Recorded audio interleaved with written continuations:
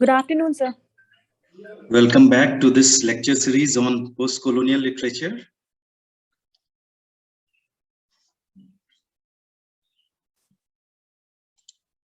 I'm seeing currently including me, 10 students are there. So let us start. Sir. Good afternoon.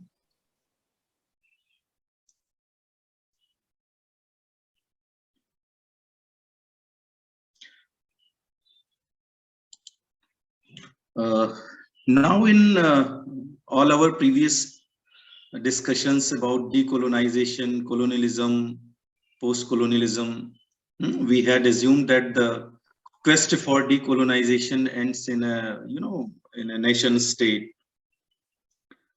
which is to say that decolonization not only involves the creation of a national community, but also of a sovereign political entity or a state. In today's talk, I want to discuss about Franz Fanon, the Wretched of the Earth. Okay. You see, here his voice especially, which I'm going to discuss, he spoke against, regarding this colonization. And yes, let us start with, but I would like to give some background information of Franz Fanon. Actually, Franz Fanon, he was born in Martinique to a family of mixed racial background. Okay, and I think somebody has please mute. Manya, please mute yourself. Yeah, okay. So his life is, his family is of mixed racial backgrounds, and early in his life he encountered racism at the hands of the French army in Martinique, and that was his major influence, which we find in his writing. And in his views, we find that colonization by European powers. Okay. So Fanon served with Free French during World War II and continued to encounter institutionalized racism despite his own meritorious military service. But after the war, he studied medicine in Lyon and qualified in psychiatry in 1951. And during his psychiatric residency, he actually absorbed the ideas of Francois, who is also a psychiatrist, and whose emphasis on the role of culture. Please, why I'm telling this background, because it is very essential when you are going to study Franz Fanon. You must know his background, because why this influence on him, and these ideas are very relevant in his studies. Okay, so this emphasis, especially on the role of culture in psychopathology, had a deep effect on Fanon's thinking. And after working as a psychiatrist for a short period of time in France, Fanon moved to Algeria, and it was year 1953, and where he was, worked in a hospital. And in Algeria itself, he became involved in the struggle for independence. And at that time, he was an active member of the Algerian Front de Liberation National, FLN. And his activities over there saw him deported from Algeria in 1957. And after that, it was in a very, he lived a very short life. He died in 1961. And this book, The Wretched of the Earth, This one is his last work. And Fanon is perhaps the most celebrated example of psychiatrist as a political figure. That is why, I just emphasize that, because when you read him, you find that this impact is, his background is a study of that he's an example of psychiatrist as a political figure is very, important. And he is best known for this book, The Wretched of the Earth. And this actually, in this book, the discussion regarding the effects of colonial power and politicized racism. Okay, colonial power and politicized racism, with the discussion of the mental health of colonized people. That has been also taken in the discussion. So Fanon was a medical practitioner, and he was also active in revolutionary politics. Fanon pursued a project of reform in the practice of psychiatry in Algeria, and created a dialectic, a philosopher of psychiatry and a street fighter. And you see Fanon's double life as a colonial era psychiatrist and an FLN activist. Okay, both the things are here. You have to point out, means colonial era psychiatrist and FLN activist. That invited basically much criticism in his, especially, revisionist views of his life, or you can say one biographer. Actually, he gave a term to Frantz Fanon, that is talented hater. Okay, he just referred him as a talented hater. So whereas his other critics simply cannot look past about complicity in or atrocities, which is very much perpetrated by FLN. FLN is clear what FLN is: Front de Liberation Nationale. Okay, this is a, in Algeria he joined, he was a very active member over there. That is why again and again you get this reference here. So this is particularly very much salient to psychiatry in the light of other example of psychiatrist politician. And now when we talk about especially Fanon, and before discussing certain aspect, like the chapter which is very much relevant to our discussion, that is national culture. So before that, I will also like to discuss about nation and other thing. Here, in the writings of Frantz Fanon, the economic criticism of middle class led nationalism is more clearly visible. Okay, because as I already told you that he was born in a French colony of Martinique, which and later on, he fight in the Second World War, and after the World War he trained as a psychiatrist. Okay, here it was here that he became involved in Algerian anti-colonial struggle against the French colonial. Okay, and he emerged as a major anti-colonial theorist of the 20th century. When he died at the age of 36, okay, by that time Fanon really made a mark in his life as a theorist, and within this short lifespan he had published two very influential books. One is this, The Wretched of the Earth, that is the last, and before that, Black Skin and White Mask. And they have become canonical texts within the field. Please mute you. Canonical text within the field of post-colonial studies.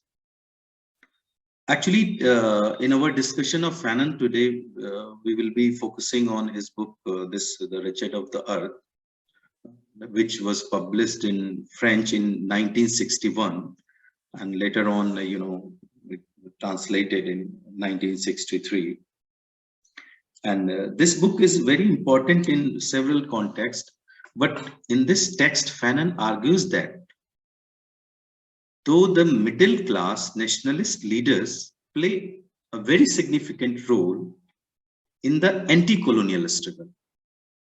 Okay, middle class nationalist leaders play a significant role in the anti-colonial struggle, and the moment the nation becomes independent, they cease to exercise their role as a revolutionary class.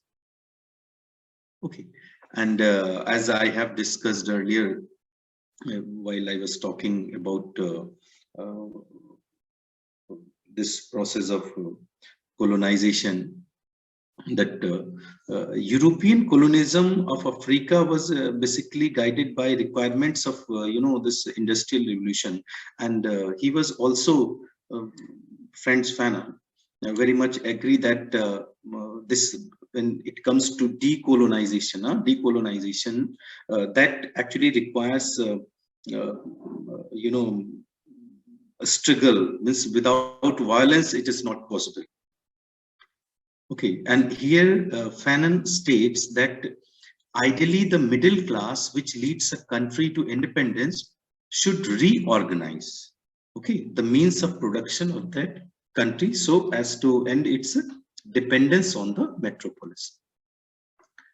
But Fanon also gives his view that post-independence, the middle class does not take any such revolutionary steps to reform the means of production and initiate a process of egalitarian distribution of the country's resources.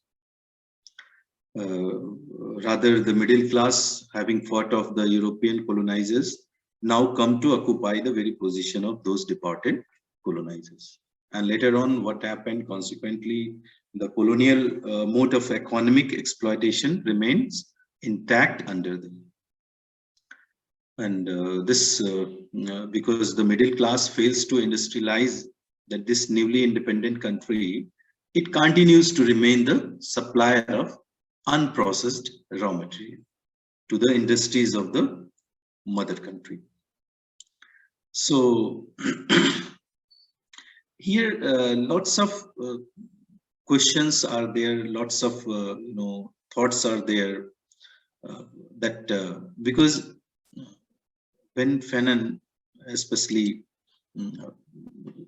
talks about all this, so especially with reference to the wretched of the earth, he is also pointing out regarding the remodeling Marxism as applicable to colonized spaces.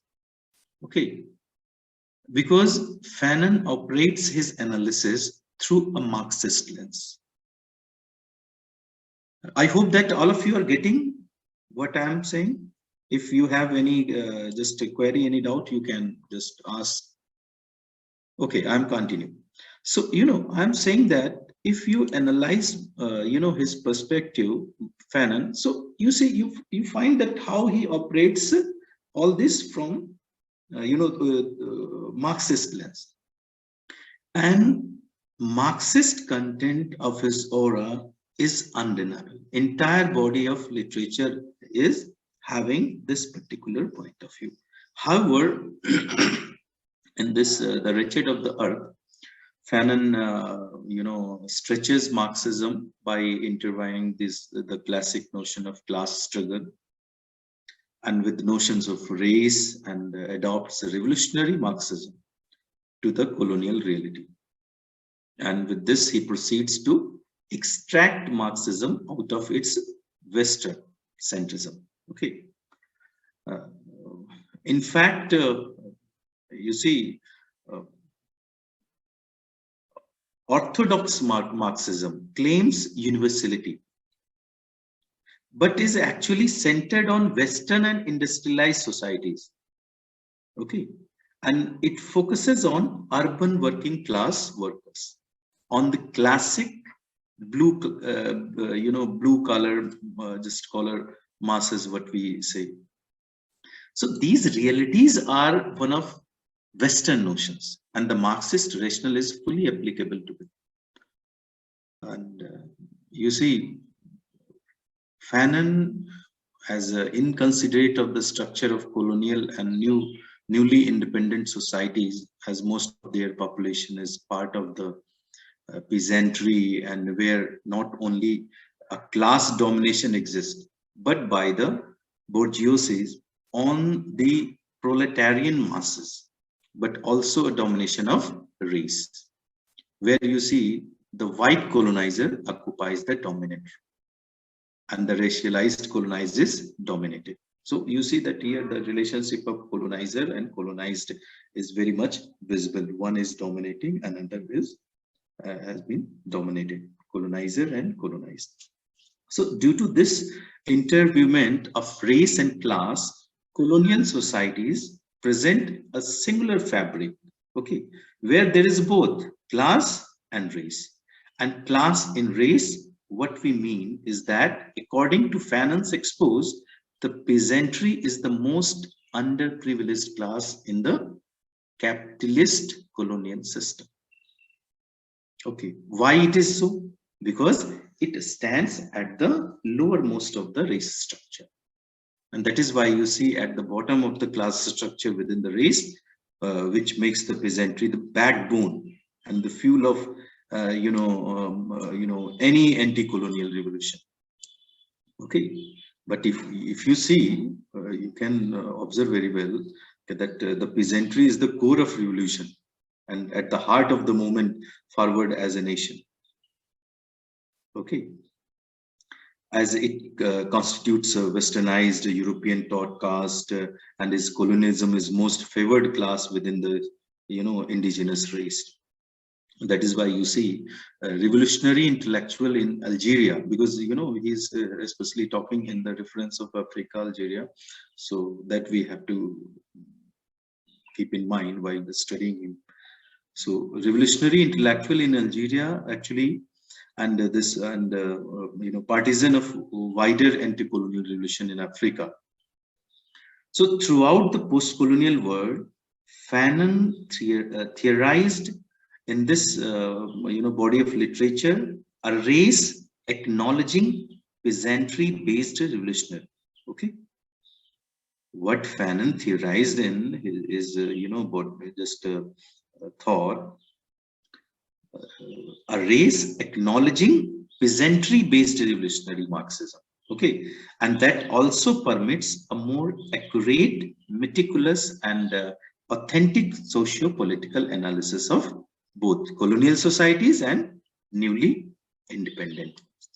Okay, so another important aspect which we find in Fanon's literature, colonial psychiatry. This is which in the beginning when I was talking about Franz Fanon, I mentioned that this was something core of Fanon's literature. Okay, actually the absolute core of Fanon's aura is his social psychiatry, and that is a form of political psychiatry of the masses, a socio-historical psychiatry, and that permitted Fanon to expose colonialism as not only a system of oppression, exploitation, subjection, and servitude of peoples by the dominant powers, but also as a body with its own psychology. That is why you see a colonial psyche with its own features and obsessions and its own machinery of thought and means. Okay, actually colonialism is based on pure, naked, raw violence. And what kind of violence? It's a physical, it's a psychological, it's a sexual too. Okay, so when we just analyze Fanon's perspective, then we come to know that this colonialism is based on how this raw violence of these different kinds of. So as this as the colonial society is based on a polarized you know, Manichean dichotomy between the white and the indigenous. This world is actually divided into two, inhabited by different species. So the colonized is fully and only a colonized. And his identity is crushed. His past is abolished. That is why, if you take the example of any, country when they have been subjugated, oppressed, so you will see that how it happened.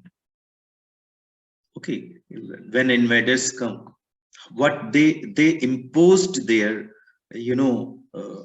culture, they imposed their language, okay, and they destroyed yours. Okay, you can take the example of India. You can understand better that when invaders came here, so what they did, they destroyed, they burnt your libraries, they destroyed your temples. Okay, they destroyed your education system. Why? Because if just to uproot you from where? From your culture, from your end, because then it becomes easy. After 2-3 generations, you just cut off people from their roots, so it becomes easy to rule over them, and that happened. So when you study history, you find that how colonial, this colonization is not something which just happened. It is well planned. Okay, it has been done in a proper, with a proper strategy, how to control. Okay. Any question, any thought in between? If you have, you can ask. Just tell me this. This is my question to you people. This colonization, what I am saying, that it is well planned, or it just happened. That Britishers came over here and they just for business, and gradually they expanded their, and started ruling over here. So it just happened, or there was a planning? Anybody can. There was planning. There was a planning behind it, behind every action of the Britishers. There was because they were handful in amount, and the handful people ruled us, so there must have been some sort of planning behind it. Yeah, true. Anyone else?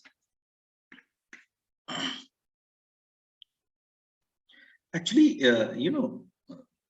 that is why we have to, when it has been said that decolonization. Here, I would like to mention Ngugi wa Thiong'o. Okay, I hope that all of you have studied his Decolonizing the Mind, in which the language of African literature he talked about. Actually, Decolonizing the Mind is Ngugi wa Thiong'o's contribution to the debate on the choice of language in post-colonial country. Okay. Yes, sir. He used Gyuku as a language. Gikuyu. There was Kiswahili and Gikuyu, some just native languages, and he became popular in both. He was the most celebrated just a writer who is popular in native language as well as in English also. So actually, in this book, he gives his argument that Africa will be able to break free from the clutches of Western control over its resources and culture only when the use of European languages is replaced by native languages. Now, why? Why he said so?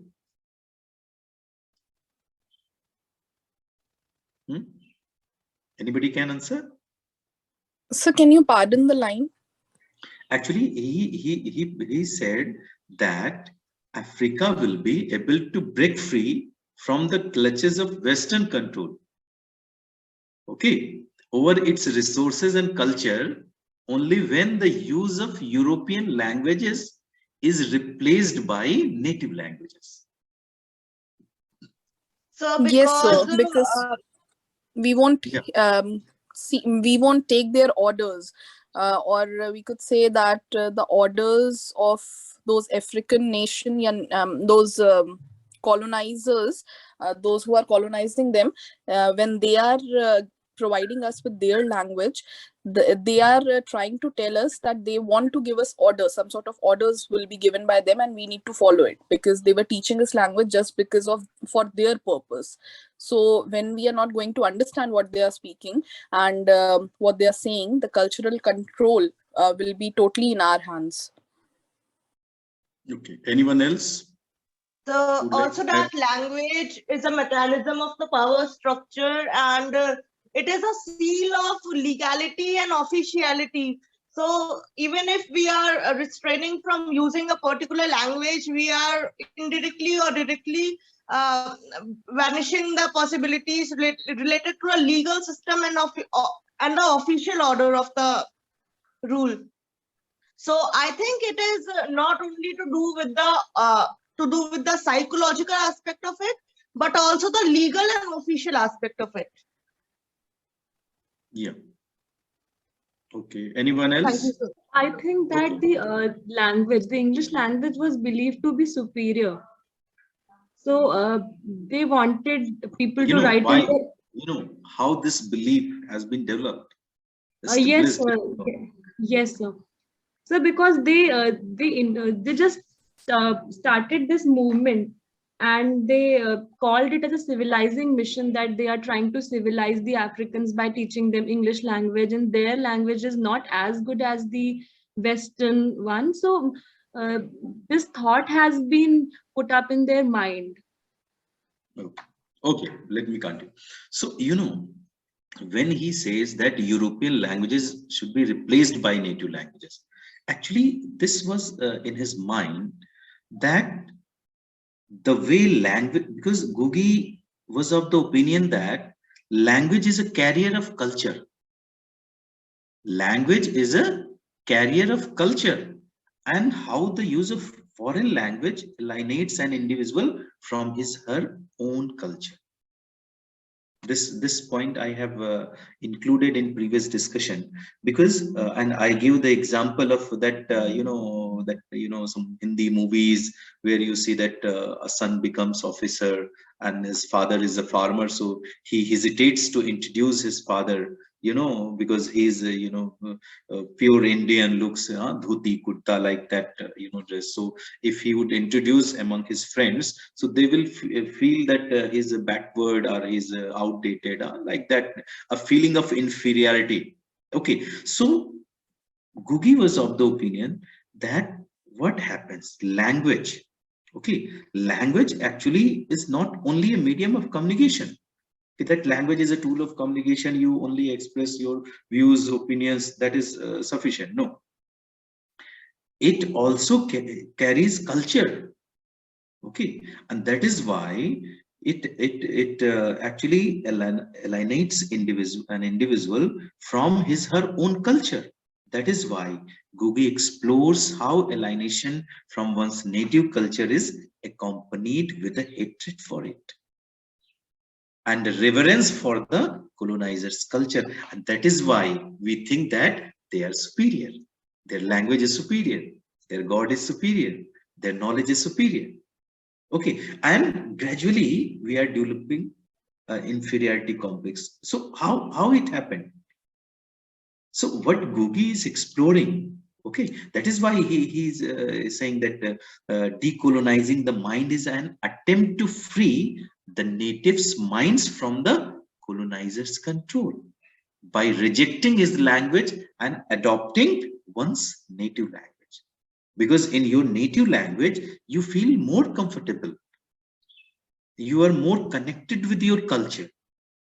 And the time you use for colonizers language, immediately you carry their culture too. And that we need to observe.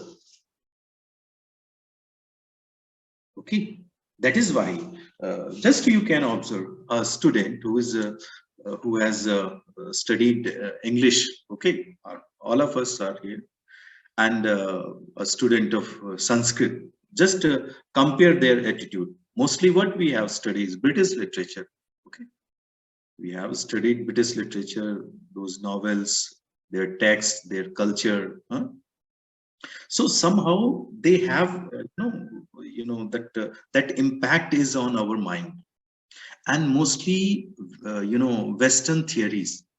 We have denied, or we don't have much knowledge about our own classical literature, Indian classical literature. But when we go for, we find that our, from Vedic period itself, Vedic literature, with Buddhist literature, so such a great knowledge is there. But we don't, but now you see the researchers in abroad, okay, in foreign countries, they are putting means their effort in understanding that what is there. So we have to means look at this perspective now again. That is why Googie establishes the relation between language and culture by approaching the aspects of language from Marxist perspective, because language is understood to arise from the economic activities people engage in, and language gradually defines a community's way of life, and after a particular time, way of life gets codified, okay, as customs of a specific culture, okay, and hence language is the medium through which one experiences these experiences the culture. And Googie says the colonizer introduced his language in the colonies with an aim to make the natives' perception of his own culture as inferior. And that is why those who have studied, this English, so they started. That is why you'd see colonized intellectuals. Colonized intellectuals, they think like that, and you see, and they consider their own culture is inferior, and they quit for the superior culture, and that is of colonizer. That is why Googie says that in child's learning of the colonizer's language, in order to analyze its role in the process of, analyzing the native from his culture. Okay, I'm just giving you a very example. Once I was studying Ashutosh Rana, a famous actor. Okay, his interview. So he said that he got his admission in some convent school in I think in Doon or somewhere in Uttarakhand. So he actually, there was certain family tradition. In the morning when they get up, they pranam to their parents, charan spars, that kind of culture. But when after 1 month, when they were in boarding school, their parents came to meet. So means in a very formal way they came and wished good morning, good afternoon, whatever time. And this formal behavior, somehow his father felt so uneasy. Immediately he just went to principal office and said that I don't want to put my children here. So what happened? That education completely uprooted from where? His native culture, whatever culture, family culture was in the family. No, you said that, or if you have, ever attended, a party in, especially officers party, army officers or defense party, how formal. Okay, so because that culture which has been given by Britishers, still you find there. Okay, very formal, the language, because language carries culture. So this we have to understand. Yeah, well, now I'm continuing again. So that is why it is very important to understand that how the colonizer's language is forced upon the native. Okay, so that later on he could feel that his own culture is inferior. So that is why in the process of decolonization, it is very essential that one must adopt one's own language. Okay, one's mother tongue. That will really help you. Otherwise, you know, you can say uh, the adverse impact of the colonizers' language on the especially political functioning of the country will also be very much visible. So now I'm saying for this session, 2.5 minutes are left almost. So in between, if you have any query, any personal experience regarding this, that how language impacts your understanding, anybody can say something. We can also link it to the missionary schools in Bengal and Orissa during Yes, the everywhere. colonial rules. Yes, yes, everywhere. Actually, it has. This is till today. Okay, all these, you can take the example of. You can say missionaries school. You can take the example of madrasa. You can take the example of Gurukul. So if you go to Gurukul, okay, our Saraswati school. Okay, where is the emphasis? Okay, that Indian culture. What was our native? Okay, so in Gurukul, nowadays Baba Ramdev launched so many Gurukul.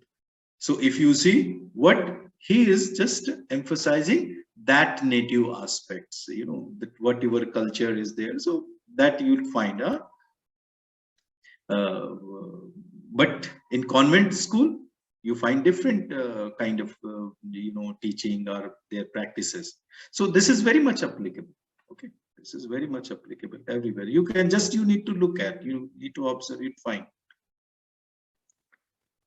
Anyone else who'd like to participate in the discussion? Willing to add something?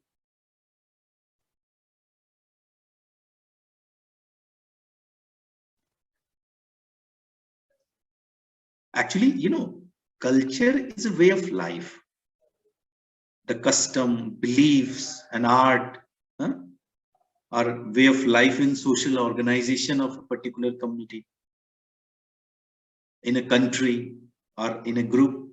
Okay, so you see that. So pardon, I'm interrupting you, but I was thinking of a question. Actually, I would like to keep culture and religion as two separate entities. So, for example, we were having and we are having the missionary schools in our country right now, and there is a huge debate on the fact that these organizations divide students on the basis of their religion, and this issue has particularly been very relevant in the present times. So what would you like to add on this? Yes. Another session is going to start. I will present my views with the reference to Friends panel. Okay.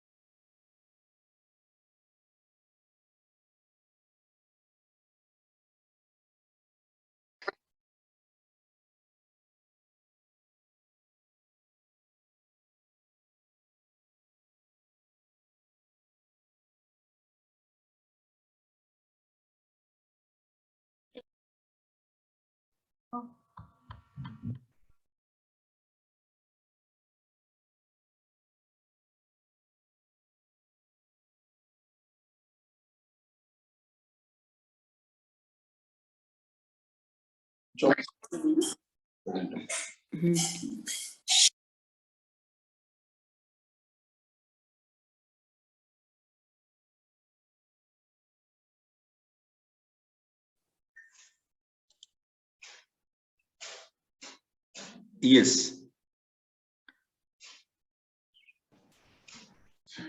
Am I audible clearly?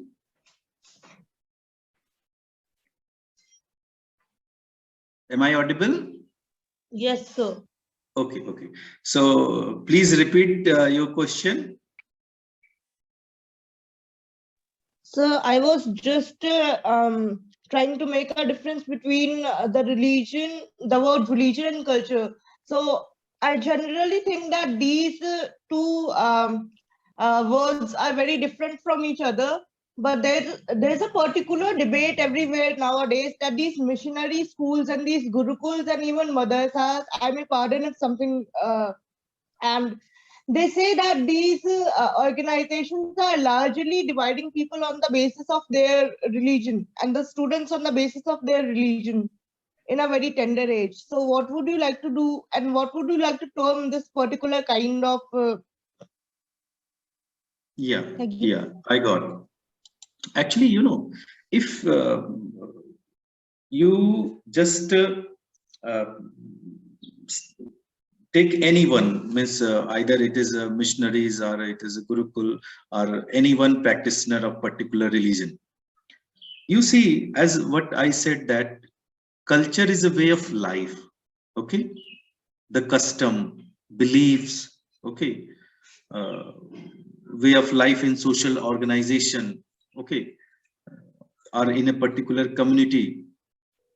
European, Islamic, African, American, Hindus. Culture is basically divided by religion and economic power. Okay. For example, upper class culture, middle class culture, ethnic, minorities groups culture, low class culture,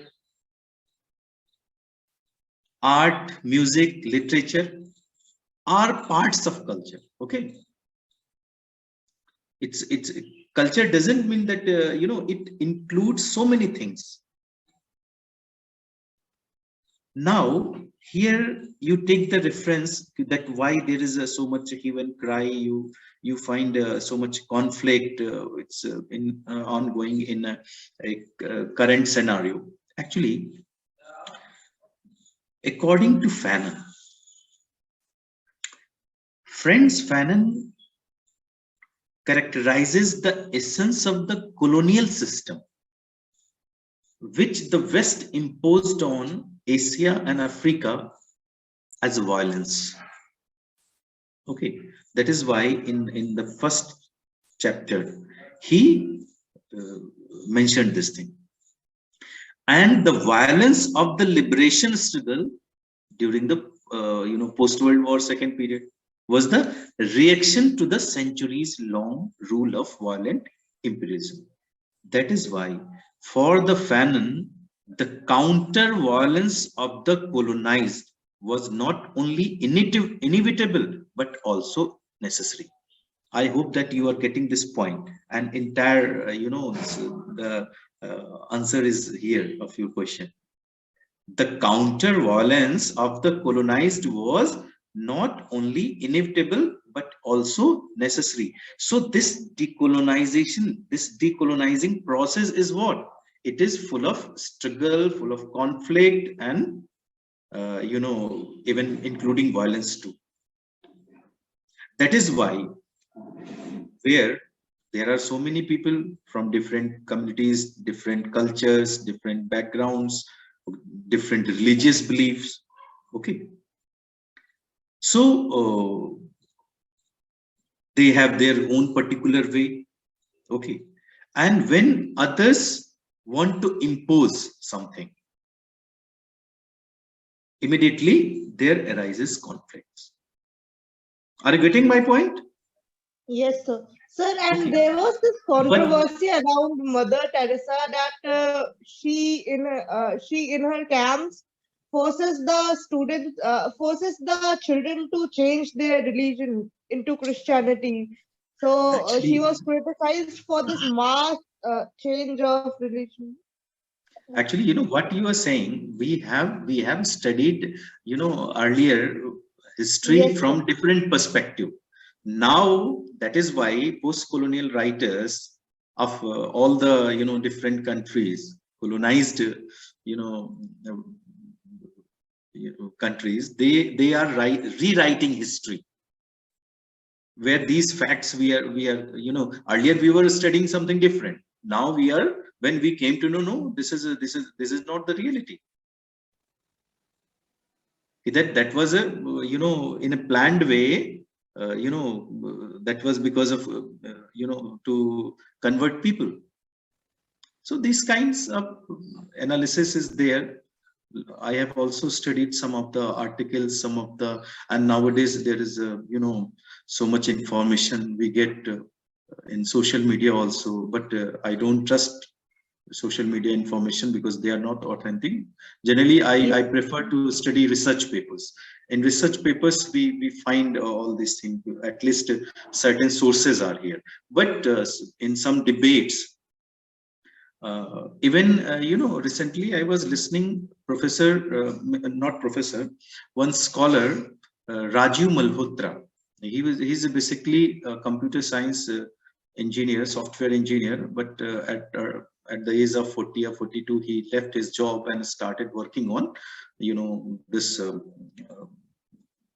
Indian intellectual tradition, means Indian history and all this, what is there. So you can search in lots of, even he said that the civil services, whatever books are there, if you study, you find that that is very much from the, from leftist perspective, the history we study. So what happens after studying them? From where we shape our thoughts? Of course, from the books. From the books or whatever we listen, they help us to shape our thought. If I don't have knowledge about these post-colonial literature and these different views of regarding colonization, decolonization, how I would be able to put my analysis over there? It's not possible. That is why it is very much required that we should study more to develop at least a perspective, a genuine perspective. Because right now we cannot say that others are wrong, only I am right. Okay, but for a particular country, for a particular nation, certain things are very much essential. Yes. Now I get back to the idea of, because I mentioned as a nation, and this is very much relevant in Frantz Fanon's concept. What is nation? Here, in one of his essays, Rabindranath Tagore mentions, and the title of the essay is Nationalism in India. His opposition is not to anyone. Tagore says his opposition is not to any one nation in particular, but to the general idea of all nations, which he defines as the aspect of a whole people as an organized power. Unquote. This means for Tagore, nation does not simply refer to a sense of community and a fellow feeling, but it also refers to the organized power structure, okay, of a state that a national community seeks to acquire for itself. So for Tagore, nation always means nation state. And this definition of nation as a nation state becomes clearer if we look at the essay Nationalism in the West, where Tagore further states, I quote, a nation in the sense of the political and economic union of the people is that aspect which a whole population assumes when organized for a mechanical purpose. Unquote. So according to Tagore here, nation is not just any union of people, but rather it is specifically a political and economic union, and which in other words means a state. But why does Tagore refer to this union as one that is organized for a mechanical purpose? Because, machine is something that is created to achieve some very specific purpose. Therefore, a mechanical process, okay, everything else is subservient, you can say, or a specific purpose for which a machine is fine-tuned. Okay. But for Tagore, a nation state works just like a machine that has been fine-tuned for a specific purpose, and which is that of creating maximum economic profit. But now in this definition, the political unit of a nation, the state, is seen as inherently connected with the capitalist mode of economy and its profit-making imperatives, and in making this connection. Okay. So Tagore is not entirely wrong, because in the modern West, rise of nation state is very much connected with the development of capitalism. Okay. Now, you see that here we can say, apart from this mechanical nature, Tagore also directs his criticism at the essence of aggressive competition, nation and competition that you see in today's world, which comes in the form of colonialism, neo-colonialism. Okay, in the era of this globalization, you see that.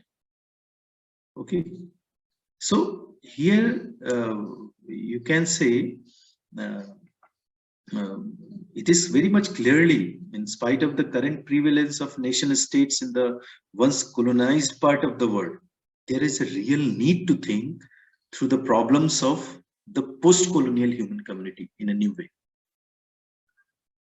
Okay, that is why, you know, when you study, especially in Friends Fanon, you find all these aspects are very present over there. Okay. And when he talks about overcoming colonialism, he says violence violence is necessary. Since colonialism is a body of pure violence, so Fanon develops the idea that such a violent entity can only be defeated by, greater violence, which is violence bursting from the colonized masses, and particularly the peasant masses, just like the French saying,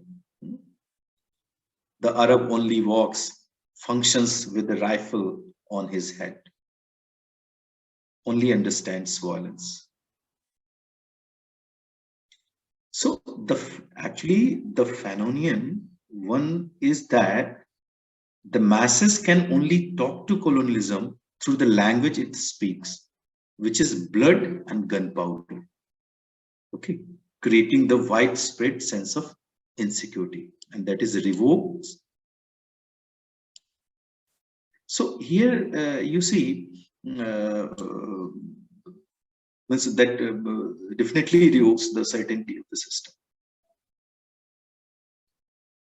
So this is the idea of Fanon. He says that decolonization is, that is why, you know, whenever a country tries to establish their, whatever glorious past, they started celebrating their national heroes or something. So those colonized intellectuals, they have always, opposed or with the colonization, means colonial power.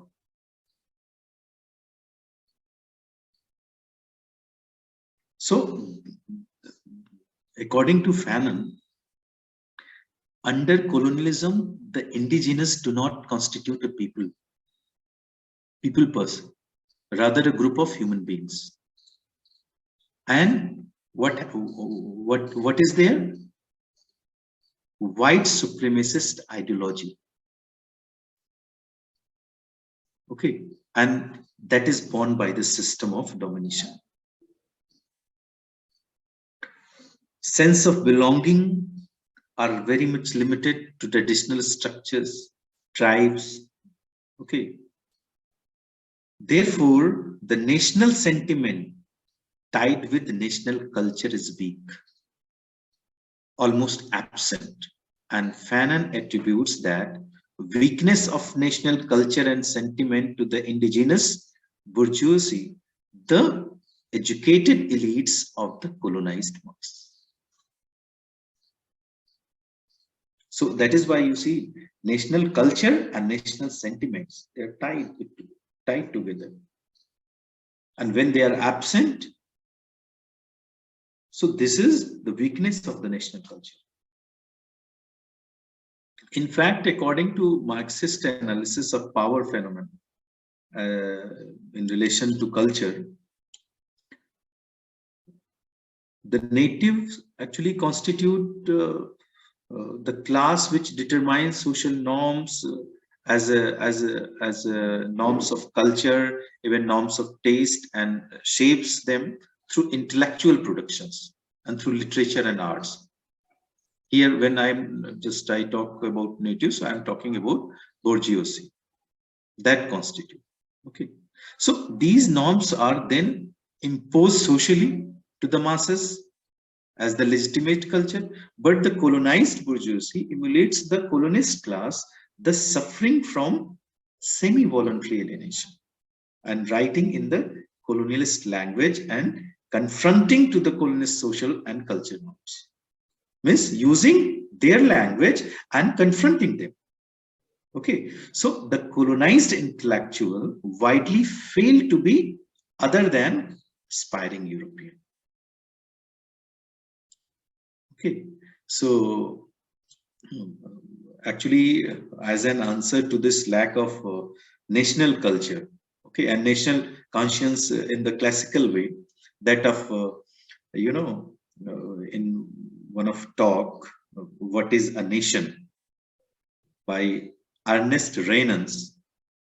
Okay, actually he defined that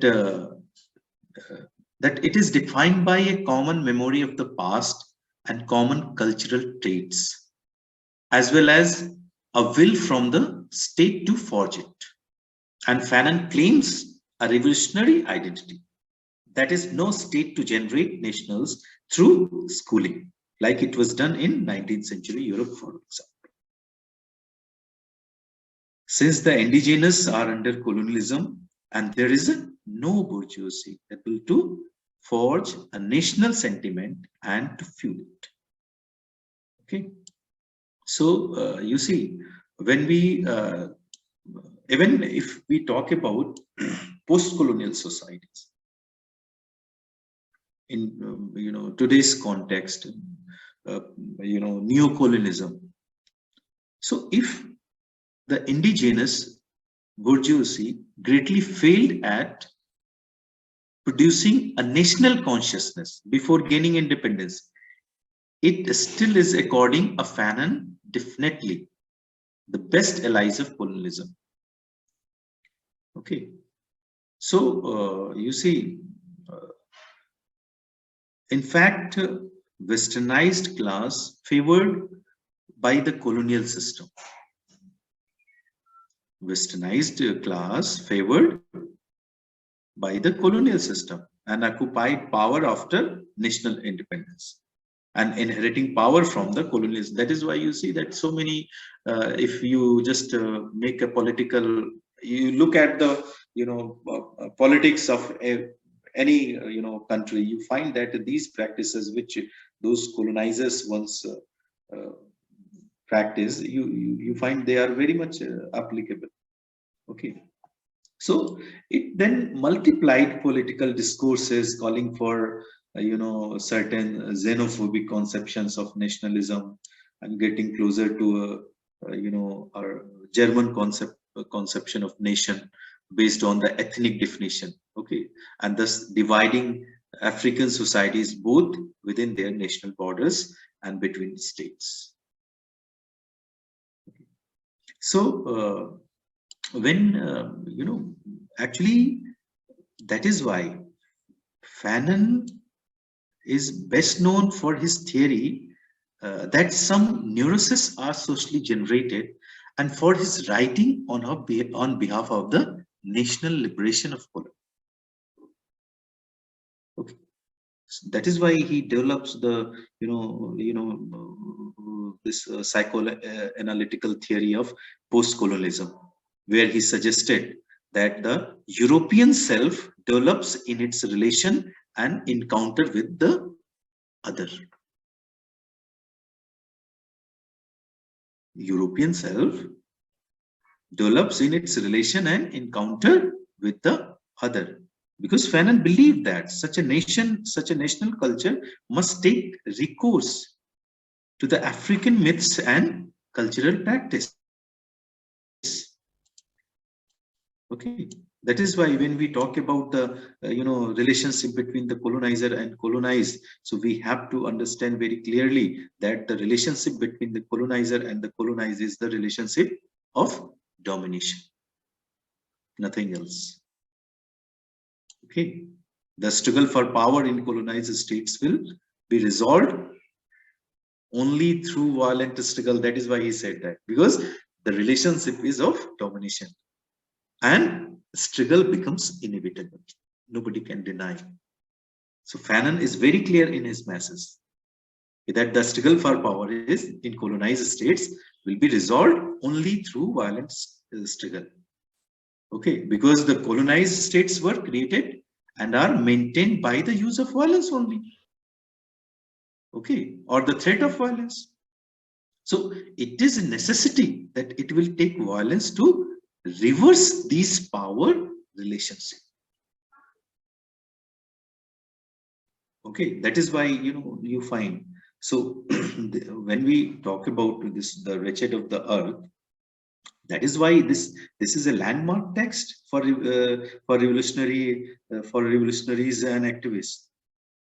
Okay, because it gives an idea regarding civil rights, anti-colonialism, psychiatric studies, and Black consciousness movements around the world. Okay, so here there is one idea. The term is collective catharsis. Fanon gives this. Actually, Fanon argued that colonized people could only be freed from their degradation by purging all aspects of European culture from their societies. Okay, that is why he advocated a collective catharsis driven by, again, violence and directed at European colonizers and their collaborators. So here you see that how repeatedly he presented this idea. Okay, because collective catharsis is what? Collective catharsis is described that in every society, in every collectivity, there exists a channel, an outlet, okay, through which the forces accumulated in the forms of aggression can be released. That is collective catharsis. Okay, so that is why he gives this important message in the Wretched of the Earth, the struggle for power. Okay, so when we analyze his views, we find that colonialism is not a type of individual relations, but the conquest of a national territory and the oppression of people by mental, physical, and spiritual force. Okay, this is the argument Fanon gives. Fanon argued that colonialism is not a type of just individual relations, but well-planned conquest of a national territory and the oppression of a people. Okay, and this oppression at different level. It's mental, it's a physical, it's a spiritual force. Complete control. Because he saw colonialism as a military domination. Okay, that is why, in chapter 4 in National Culture, he says that Ms. Fanon says that the colonized intellectual will have to realize that a national culture is not historical reality, waiting to be uncovered in a return to pre-colonial history and tradition, but is already existing in the present national reality. I repeat, the colonized intellectual will have to realize that colonized intellectual, those who have been born and brought up in, in Western tradition, or in that, that is why we gave this term colonized intellectual. Okay. A national culture is not a historical reality, waiting to be uncovered in return to pre-colonial history. No, it is not. That one wants to go back in pre-colonial history and tradition, but it is already existing in the present national reality. So Fanon's understanding of decolonization is that decolonization has come to take on a related meaning, that is critical appraisal of Western culture and its institution in order to remove the legacies of hierarchical, racialized thinking towards minorities and other cultures. Okay, so it is Fanon's expansive conception of humanity and his decision to craft the moral core of decolonization theory as a commitment to the individual human dignity of each member of populations, typically dismissed as the masses. So that stands as his enduring legacy. Okay, that is why, Fanon says that decolonization is a historical process.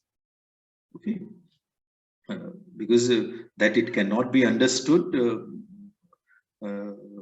it cannot become intelligible nor clear to itself except in the exact measure that we can discern the moments which give it historical form and content. Okay, that's why we have to correlate it with the from historical perspective. Then we can understand it better. Okay. So, in between, any question, anything which you want to ask? When Fanon talks about national culture, he also mentions that the collective mental programming of a society. Okay. National culture is what?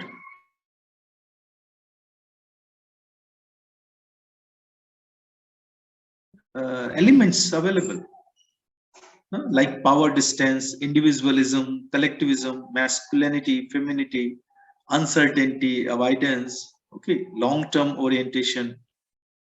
Okay. Added to that, you see, when we talk about this national culture, actually, national culture is an interconnected web of mental models. Okay, and that is shared by national groups and transcends the individual. So this is also we have to understand.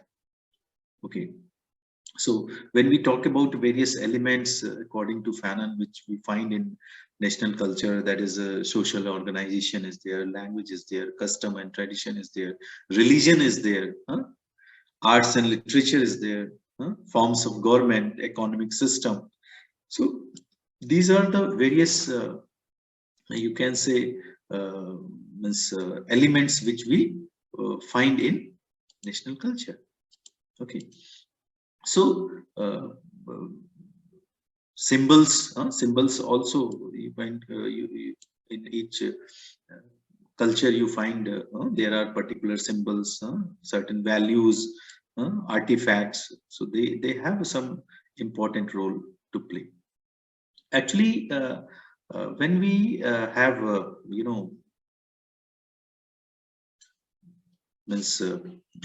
Fanon's idea about national culture, actually Fanon sets out to be define how national culture can emerge among African nations. Okay, that were once and at the time of its release. This book, The Wretched of the Earth, 1961. So the Fanon actually, colonizers tried to write the pre-colonial history of a colonized people. How they describe as a barbarism, degradation, and inferior, some in bad light they projected. Why? Just to justify their supremacy of the Western civilization. Okay, because supremacy of Western civilization only can be established. So to disturb the supremacy of colonial society, Fanon writes, the colonized intellectual feels the need to return to his so-called barbarian culture and to prove his existence and his worth in relation to the West. That is why, you see that sometimes we get certain discussion or certain remark that if even certain nations which, when in the process of decolonization, when they come back to their culture, their tradition, so they have been targeted or they have been attacked in the way that they want to go back in their barbarian culture. Okay, so and this makes people feel that, yeah, and they find some logic there. Okay, so actually national identity, of course, it's a very important aspect, because here Fanon encourages a materialistic conceptualization of the nation that is based not so much on collective cultural tradition or ancestor worship as a political agency, and the collective attempt to dismantle the economic foundation of the colonial rule. Colonialism, as Fanon argues, not only physically disarms the colonized subject, but robs her of pre-colonial cultural heritage. And yet, if colonialism in this sense galvanizes the native intellectuals to renew contact once more with the oldest and most pre-colonial spring of life of their people. So Fanon is very, particular here. Very carefully, he points out that these attempts at recovering national continuity throughout history are often contrived and ultimately self-defeating. Okay, so that is why at one place he says that, I quote, "I'm ready to concede that on the plane of factual being, the past existence of an Aztec civilization does not change anything very much in the diet of the Mexican peasant of today," unquote. So here you see how Fanon explains that national identity only carries meaning insofar as it reflects the combined revolutionary efforts, okay, of an oppressed people aiming at collective liberation. Okay, that is why a national culture is not a folklore or not an abstract populism, okay, that believes it can discover the people's true nature. It is not made up of the inner tracks of you can say certain actions. Okay, this is to say actions which are less and less attached to the ever present reality of the people. A national culture is the whole body of efforts made by a people in the sphere of thought. Okay, what? To describe, justify, and praise the action through which that people has created itself and keeps itself in existence. I repeat, a national culture is the whole body of efforts made by a people in the sphere of thought to describe, justify, and praise the action through which that people has created itself and keeps itself in existence. So, it has great significance. That is why, we have to understand it deeply. Because you see, if as all of us know very well, that the mission of underdeveloped countries has been to resist colonialism and clear the path of new struggles. And in post-colonial world, the colonized have fought it. And if their struggle failed to grace the international stage, it is not because they are not champions, but because the international situation is different. That is why Fanon says it is concerned with the legitimacy, and it has little to do with political parties. The struggle of underdeveloped nations failed to make the global stage because colonialist racism has guaranteed that the people of the third world are not seen as legitimate in the eyes of the developed world. This is a reality which we have to understand. And it is through national consciousness, Fanon argues, that the struggling nation is legitimized. Because, this idea of national culture, which I mentioned, okay, because whole body of efforts you have to include, made by people in the sphere of thought, okay, only then we can, understand.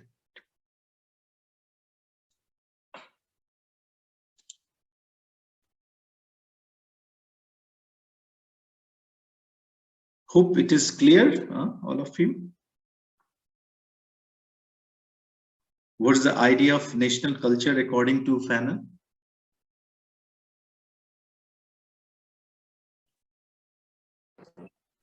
Yes, sir. Okay, so I have certain, questions. Just I'm asking, some of you must provide response.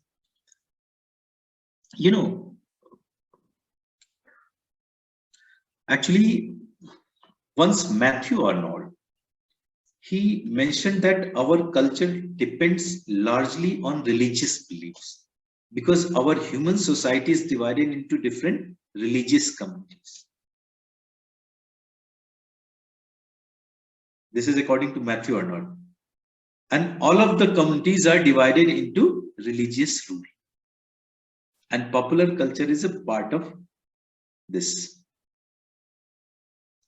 Whereas, here, another, famous by Karl Marx, culture depends upon our class and economic condition, because economic factor is an important part of human social life.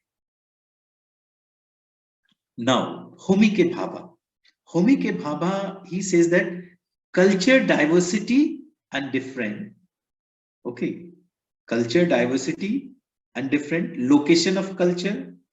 Culture diversity is an epistemological construct, and culture as an object of empirical knowledge, whereas cultural difference is the process of the principle of culture as a knowledgeable and system of cultural identity.